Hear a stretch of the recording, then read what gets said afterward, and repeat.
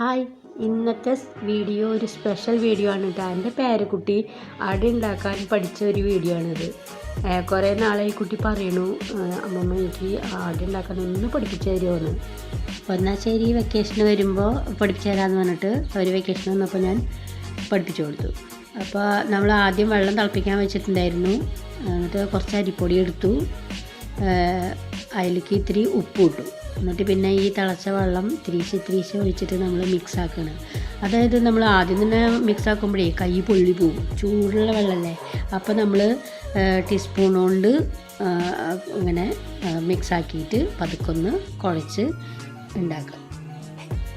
പതുക്കൊന്ന് കുഴച്ചിട്ട് അത് വയ്ക്കുക. പിന്നെ അടയുടെ ഉള്ളിൽ നമുക്കൊരു കൂട്ട് വെക്കണമല്ലോ. ആ കൂട്ടിന് വേണ്ടിയിട്ട് നാളികേരം ചിരകിയതും ശർക്കരപ്പൊടിയും ഇടുക. എന്നിട്ടത് മിക്സ് ആക്കുക. നമുക്ക് ഏലക്കാപ്പൊടി പൊടിച്ച് ഇടണമായിരുന്നു, പക്ഷേ ഞാൻ മറന്നുപോയി, കുട്ടിയോട് പറയാനും മറന്നുപോയി. അത് ഇട്ടിട്ടുണ്ടെങ്കിൽ നല്ല ടേസ്റ്റാണ്, അടിപൊളി ടേസ്റ്റാണ് ഏലക്കായൊക്കെ പൊടിച്ചിട്ടാൽ. പക്ഷേ ചിലവർക്ക് ഏലക്കായയുടെ ആ ടേസ്റ്റ് ഇഷ്ടമില്ല കേട്ടോ. പിന്നെ ഒന്നാമത് ഞാൻ മറന്നുപോയി ഇടാനായിട്ട്, അതാണ് കാര്യം. പിന്നെ ഇല നന്നായിട്ട് വൃത്തിയാക്കിയിട്ട് ഈ ഓരോ ഉരുളയാക്കിയിട്ട് അതിൽ വെച്ച് പതുക്കെ നമുക്ക് പരത്തണം. അതൊക്കെ പറഞ്ഞു കൊടുത്തിട്ടായിരുന്നു.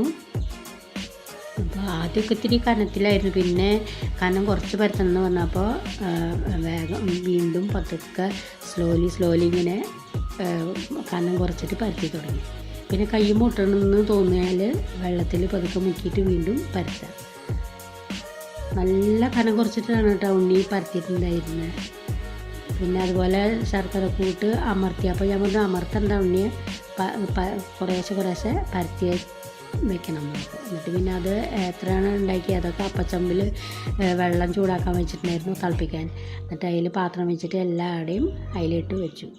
ആവി വന്നതിന് ശേഷം ഈ ഓരോ അടയും അതിൽ വെക്കുക. നല്ലോണം ആവി വന്നിട്ടുണ്ടായിരുന്നു, അതായത് നമുക്ക് പെട്ടെന്ന് അങ്ങനെ ഇടായിരുന്നു. എൻ്റെ കൈ പൊള്ളൂലോ ആവിയിൽ. അപ്പോൾ ഒരു 10 മിനിറ്റ് 15 മിനിറ്റൊക്കെ വെക്കുക. വെച്ച് കഴിഞ്ഞതിന് ശേഷം അട റെഡിയായി. ടേസ്റ്റ് ഉണ്ടോ നോക്കാനായിട്ട് അമ്മയും അച്ചാച്ചയും ഒക്കെ ഉണ്ടായിരുന്നു കേട്ടോ. അവർക്കൊക്കെ ഭയങ്കര ഇഷ്ടമായി. പിന്നെ ഉണ്ണിക്കും അതെ, ഉണ്ണി ആദ്യം നോക്കി ടേസ്റ്റ് നോക്കി, അപ്പോൾ നല്ല ഇഷ്ടം തോന്നി, മൂപ്പരും മിണ്ടാണ്ട് ഇരുന്ന് കഴിച്ചു. ഭയങ്കര ഇഷ്ടമാണ് അട. മോളൂട്ടിക്കും നല്ലോണം ആലോചിച്ചിട്ട് ഭയങ്കര ഇഷ്ടമായി. അപ്പോൾ എല്ലാവരും അട ഉണ്ടാക്കുക. വെക്കേഷൻ ടൈമിൽ കുട്ടികളൊക്കെ ഇതൊന്ന് പരീക്ഷിച്ച് നോക്കുക കേട്ടോ.